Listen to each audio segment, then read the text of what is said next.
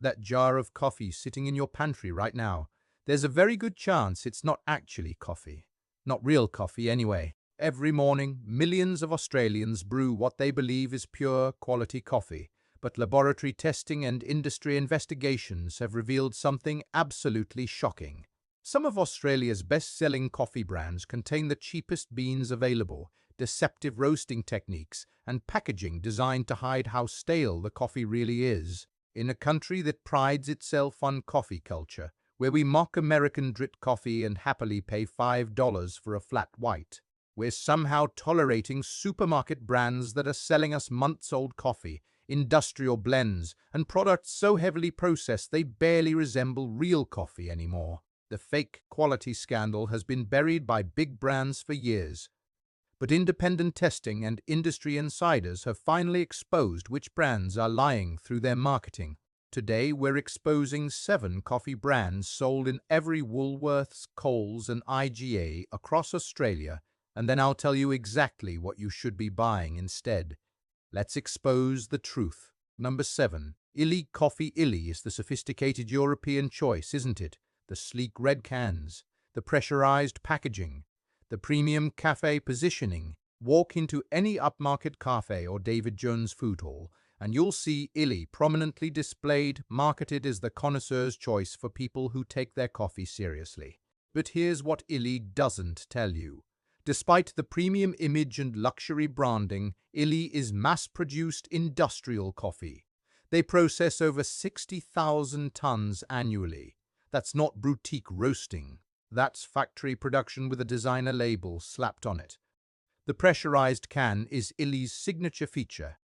They claim it preserves freshness better than bags. What they don't mention is that coffee begins losing aromatic compounds immediately after roasting.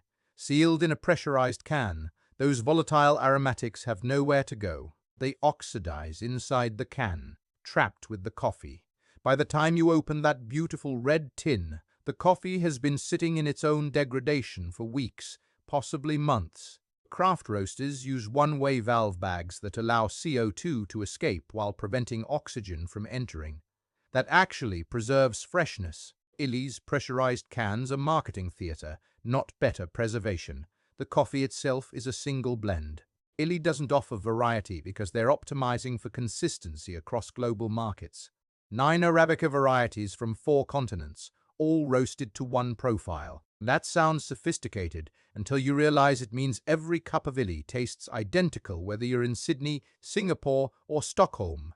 There's no seasonality, no variation, no expression of origin character, just uniform, industrial sameness. And the price? Outrageous. You're paying $25 to $35 for $250 for $250 for pre-ground coffee. That's up to $140 per kilogram for industrial coffee in expensive packaging. Independent taste testing consistently ranks Illy as smooth but boring, one-dimensional, lacking complexity, forgettable. You're not buying quality. You're buying the illusion of sophistication. Number 6. Lavazza. Lavazza is everywhere in Australian supermarkets. The Italian flags, the red packaging, the European heritage branding. Everything is designed to signal cafe-level quality before you've tasted a single sip. But here's what they don't tell you. The version most Australians buy in supermarkets isn't boutique Italian cafe coffee. It's mass-market industrial coffee produced for global consistency. Lavazza Qualità Rossa. Their best-selling line is a blend designed for the mass market. It contains both Arabica and Robusta beans from multiple origins, created for consistency and cost control, not quality. The roast is dark, very dark. Dark roasting is a commercial technique to mask defects and create uniform flavor across different bean qualities. When you roast coffee this dark, you destroy the origin characteristics and subtle flavors that make good coffee interesting. What you're left with is roast flavor, not coffee character, just burnt darkness. And here's the critical problem nobody talks about. The coffee is pre-ground months before you buy it. Ground coffee starts degrading immediately after grinding. Within 15 minutes, significant aromatic compounds are lost. Within days, it's noticeably stale. Within weeks, it's essentially dead. Lavazza grinds this coffee, packages it in bags that aren't fully airtight, ships it around the world, and stores it in warehouses before it reaches Australian shelves. By the time you brew it, you're drinking coffee that's been ground for months, possibly close to a year. Most Lavazza products sold in supermarkets don't list roast dates. They list best before dates set 18 months ahead. That tells you nothing about actual freshness. When there's no roast date, you're buying blind. The coffee could have been roasted last week or last year. You have no way to know. At $11 for 250 jolas, that's $44 per kilogram. For pre-ground coffee that's been sitting around for months, you could buy fresh whole beans from a local specialty roaster for similar or even less money. Instead, you're paying for Italian branding and global distribution networks. The taste? Strong and bitter with minimal complexity. That strength isn't quality. It's darkness of roast and Robusta content masking everything else. Number 5. Nespresso has created an entire cult around their pod system. Boutique stores, celebrity endorsements, George Clooney smiling at you from advertisements, premium positioning that makes you feel sophisticated just by owning the machine. At $8 to $10 for 10 pods, you're paying roughly $80 to $100 per kilogram of coffee. Let me say that again. You're paying up to $100 per kilogram for coffee sealed in aluminum pods. Here's what that money actually buys you. Each pod contains about 5 to 6 grams of coffee. That coffee was ground months before you bought it. Ground coffee degrades rapidly, and being sealed in aluminum doesn't stop that degradation. It only slows it. The result is stale coffee pretending to be fresh espresso. The coffee inside Nespresso pods is commodity-grade Arabica, dark roasted to hide inconsistencies. Those intensity ratings from 1 to 13, they're not about quality, they're about roast level and body. A rating of 12 doesn't mean better coffee, it means darker roast. Dark roasts hide defects. They don't elevate quality. Nespresso sources from multiple countries and blends for consistency. They're not using single-origin specialty-grade beans. They use commercial-grade coffee processed and blended for uniformity rather than character. The goal is the same taste every single time, which sounds good until you realize it means they're optimizing for predictability, not excellence. The convenience factor is undeniable. Press a button, get a coffee, but you're paying an astronomical premium for that convenience. The cost isn't in the coffee, it's in the packaging, the proprietary system that locks you into buying their pods, and the marketing budget that convinced you this was premium. When independent testers compare Nespresso to fresh espresso made from quality beans, the difference is massive. Nespresso is smooth and inoffensive, but it lacks complexity. Fresh espresso delivers layers of flavor, a vibrant finish, and actual character. What you taste in Nespresso is uniformity, engineered sameness. And let's talk about the environmental impact. Aluminum pods are technically recyclable, but most end up in landfill. Nespresso has a recycling program, but participation is embarrassingly low. You're generating massive waste to get mediocre coffee. The machines themselves cost $200 to $800, and you're effectively locked into buying Nespresso pods, unless you hunt for third-party compatible options, which Nespresso actively fights against through legal challenges and design changes. That lock-in is the entire business model. Sell you the machine cheap, then extract premium prices on pods forever. At $80 to $100 per kilogram, you're paying luxury prices for commodity coffee in wasteful packaging. The only thing truly premium about Nespresso is the marketing budget and the price tag. Which brand has shocked you most so far? We're only halfway through, and it gets worse. Number 4. Nescafé Gold. Nescafé is the biggest coffee brand on the planet, owned by Nestlé, the Swiss food giant with annual revenue over $100 billion. When you're that big, you don't compete on quality. You compete on price, availability, and marketing saturation. Nescafé Gold is their premium instant line. The gold jar, the smooth blend promise, the advertising suggesting luxury and sophistication. Australians pay $14 to $16 for 400 gains, believing they're getting something special. They're not. Nescafe Gold is spray-dried instant coffee made from commodity-grade beans. The gold label is marketing, not quality. Independent analysis shows Nescafe Gold contains predominantly Robusta, with just enough Arabica to avoid being classified as pure Robusta, which would damage the premium positioning. But here's the scandal that should make every Nescafe customer furious. In 2022, a major investigation revealed that Nestlé had been sourcing coffee from farms in Brazil using actual slave labor, workers trapped in debt bondage, living in appalling conditions, paid below minimum wage, unable to leave. Nestlé claimed they didn't know.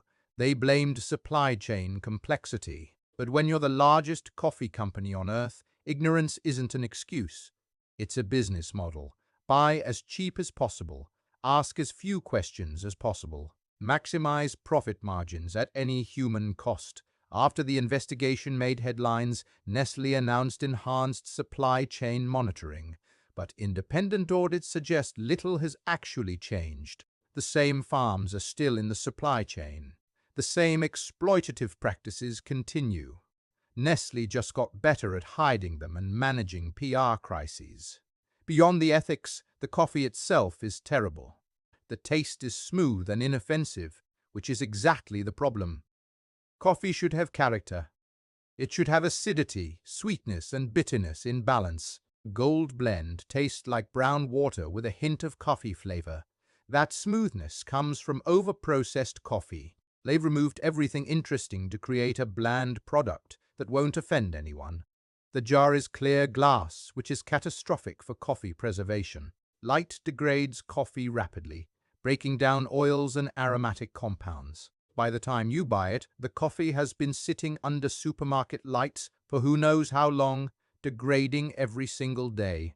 At $16 for 400 grains, you're paying $40 per kilogram for freeze-dried coffee that's been sitting in transparent jars. You're paying for the Nescafe name recognition, not quality, not ethics, certainly not freshness. Number 3. Robert Timms. Robert Timms is everywhere in Australian supermarkets and workplaces. The individual coffee bags, the instant varieties, the ground coffee tins. It's positioned as convenient, reliable, everyday coffee, the kind your workplace buys in bulk, the kind motels provide in rooms. But Robert Timms represents everything wrong with convenience coffee. Here's what most Australians don't know. Robert Timms is owned by Pact Group, a packaging company. Let that sink in. Your coffee is made by a company whose core expertise is plastic and cardboard, not coffee roasting or quality sourcing. The individual bags are particularly deceptive. They're marketed as fresh brewed convenience. Just drop a bag in your cup, add hot water, and you got fresh coffee. Except you don't. You've got mediocre pre-ground coffee that's been sitting in those bags for months, oxidizing and losing whatever minimal flavor it had to begin with. Pre-ground coffee loses aromatic compounds within days of grinding. Those Robert Timms bags could be 6 months old, possibly longer, by the time you buy them. You're brewing stale coffee and calling it fresh because the marketing told you it was convenient. The coffee itself is commodity-grade Robusta and low-quality Arabica blended for price, not flavor. Independent taste testing consistently describes Robert Timms as harsh, bitter, and one-dimensional. That's the Robusta content combined with over-roasting to hide defects in the source beans. The Italian Espresso Blend, one of their premium offerings, tastes nothing like Italian espresso. It's Australian supermarket coffee with Italian words on the package. Pure marketing fabrication. Those convenient bags create enormous waste. Each individual serving comes wrapped in plastic and foil. You're paying for packaging that goes straight to landfill. A bag of whole beans and a basic grinder would produce infinitely better coffee with a fraction of the environmental impact. But Robert Timms isn't selling coffee quality. They're selling convenience to people who don't know better or don't have better options available. Office managers buying in bulk. Motels trying to provide something that technically qualifies as coffee. Shoppers who grab whatever's on special. At $6 to pre-ground stale commodity coffee wrapped in wasteful packaging, you're not getting value. You're settling for garbage because the marketing made it seem acceptable and convenient. Number 2. Moccona. Moccona is the fancy option. The freeze-dried crystals, the premium branding, the advertisements featuring sophisticated Europeans sipping coffee in cafes. It's positioned as the quality instant coffee, the one you serve guests, the one you feel good about buying. But Moccona is owned by the same company as International Roast, Jacobs Douwe Geberts. Same parent company, same supply chain, same procurement standards. The only difference is marketing and processing method. Moccona uses freeze-drying instead of spray-drying. This preserves more aromatic compounds than spray-drying, which is why Moccona smells better than International Roast when you open the jar. But freeze-drying doesn't change the quality of the source beans. Garbage in, garbage out, just preserved slightly better. Here's what Moccona definitely won't tell you. Their classic medium roast, the best-selling variant, is a blend of Arabica and Robusta. The label says 100% coffee, but doesn't specify the ratio. Industry insiders suggest it's around 60-40 or even 50-50 Arabica to Robusta. Robusta is cheaper, harsher, and contains nearly double the caffeine of Arabica. Coffee experts despise Robusta. It's bitter, it's rubbery. It lacks the complexity of Arabica, but it's cheap and creates that caffeine kick people associate with strong coffee. Moccona uses it liberally because it cuts costs while maintaining the stimulant effect consumers expect. The origin labeling is equally deceptive. Moccona claims to source from sustainable farms in Africa, Asia, and South America. That sounds ethical until you realize those regions represent about 90% of global coffee production. It's like saying your beef comes from farms that raise cows. Technically true, completely meaningless. Independent taste testing consistently ranks Moccona near the bottom for instant coffees. Bitter, one-dimensional, with a chemical aftertaste that lingers unpleasantly. That aftertaste isn't natural. It's the result of industrial processing at massive scale. At $14 for 400 grains, that's $35 per kilogram. You're paying luxury prices for instant coffee made from an undisclosed blend that's been heavily processed. The only thing premium about Moccona is the marketing budget and the packaging design. Number 1. International Roast.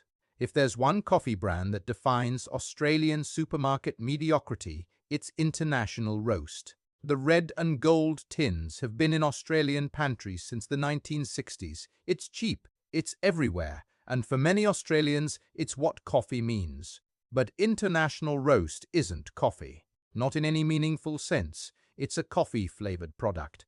And yes, there's a massive difference. International Roast uses the lowest-grade Robusta beans available on the global market.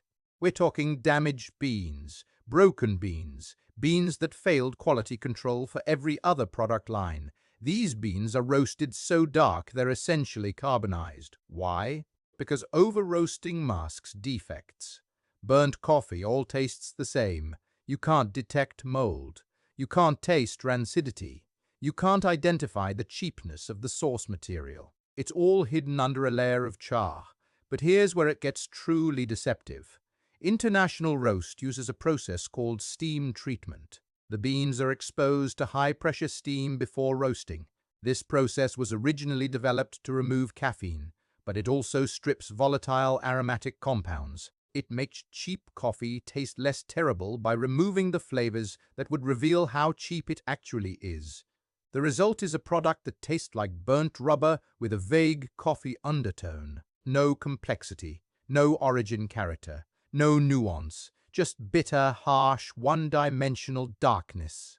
Master roasters call International Roast the coffee that made Australia think it hated coffee. It's so aggressively bad that an entire generation associated coffee with bitterness and needed milk and sugar just to make it drinkable. At $10 for 500 gaze, you're paying $20 per kilogram for the lowest grade coffee available, processed to remove everything good about it. You're drinking it for caffeine, not for enjoyment, not for quality, certainly not for the experience coffee should provide. The pattern is simple. The worse the coffee is, the less they tell you. Marketing isn't coffee. Branding isn't coffee. And cheap always costs someone something. So what should you actually buy? Now here's what's actually worth your money. These are the brands doing it right. Transparency, freshness, real quality. Campos Coffee. Campos is where you start seeing supermarket coffee behave more like cafe coffee. This is one of those brands where transparency becomes part of the product. You'll often see roast dates printed clearly on the bags. Better sourcing language, a stronger emphasis on actual freshness. What makes Campos different is simple. They roast in a way that keeps the coffee tasting clean rather than hiding everything behind bitterness. If you're the type of person who drinks coffee black sometimes, Campos is an excellent test. Bad coffee collapses when you remove milk and sugar. Better coffee can stand on its own. The difference you'll notice isn't just flavor, it's aroma and liveliness.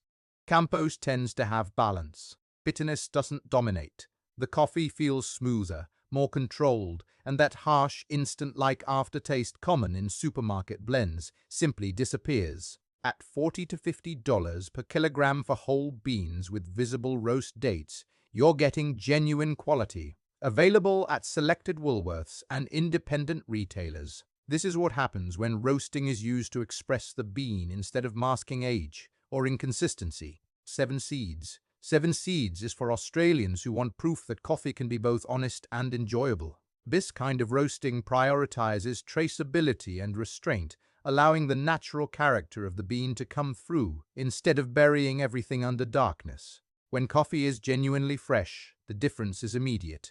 The aroma isn't just coffee, it's layered, sometimes sweet, sometimes bright, sometimes surprisingly delicate, depending on the origin and roast. This is often the moment people realize that coffee isn't supposed to taste like burnt toast. That harsh, aggressively strong flavor many Australians associate with quality is usually just over-roasting covering age and inconsistency. Cleaner coffee resets that expectation. It shows what coffee actually tastes like when it hasn't been flattened by time or industrial processing. 7 Seeds operates with transparency. Origin detail. Roast dates. Traceability back to specific farms or cooperatives. At $45 to $55 per kilogram, you're paying for genuinely specialty-grade coffee. Available online and at select Melbourne stockists. 5 Senses and Genovese. These are specialty roasters that occasionally appear in major supermarkets, particularly in urban areas. When you see them, check the roast date immediately.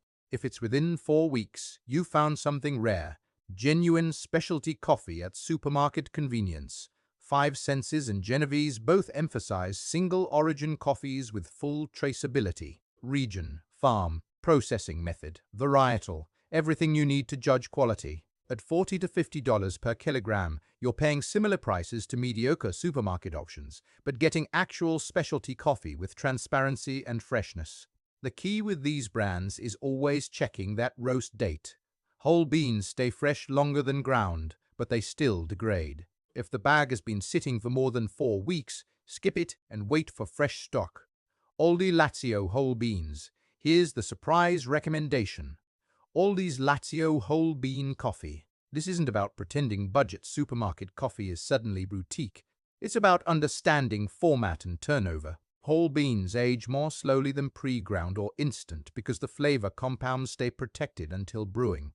That alone gives them a massive advantage even at lower price points. Aldi's high turnover means products spend less time sitting on shelves, which quietly improves freshness compared to premium tins that look impressive but linger for months. At around $20 to $25 per kilogram, Lazio whole beans represent smart value. The real upgrade comes from grinding closer to brewing. Even a basic grinder changes how coffee tastes because freshness is restored at the last possible moment. For people currently paying extra for premium instant because it feels like a step up, moving to whole beans at similar weekly cost often delivers a bigger improvement. This is what good enough looks like in a cost-of-living climate. Fewer compromises, more control, better value without pretending to be something it's not. The next time you're standing in the coffee aisle at Woolworths or Coles, surrounded by Italian flags and mountain imagery and smooth blend promises, remember what you learned today. No roast date usually means a product built for shelf life, not quality. Pre-ground coffee comes with staleness as part of the deal. The biggest upgrade without spending more is moving one step closer to whole beans and fresher grinding. Which brand shocked you most? Are you still buying Moccona or Nescafe? Drop your thoughts in the comments, and if you want more videos exposing what's really in Australian supermarkets, smash that subscribe button. Thanks for watching.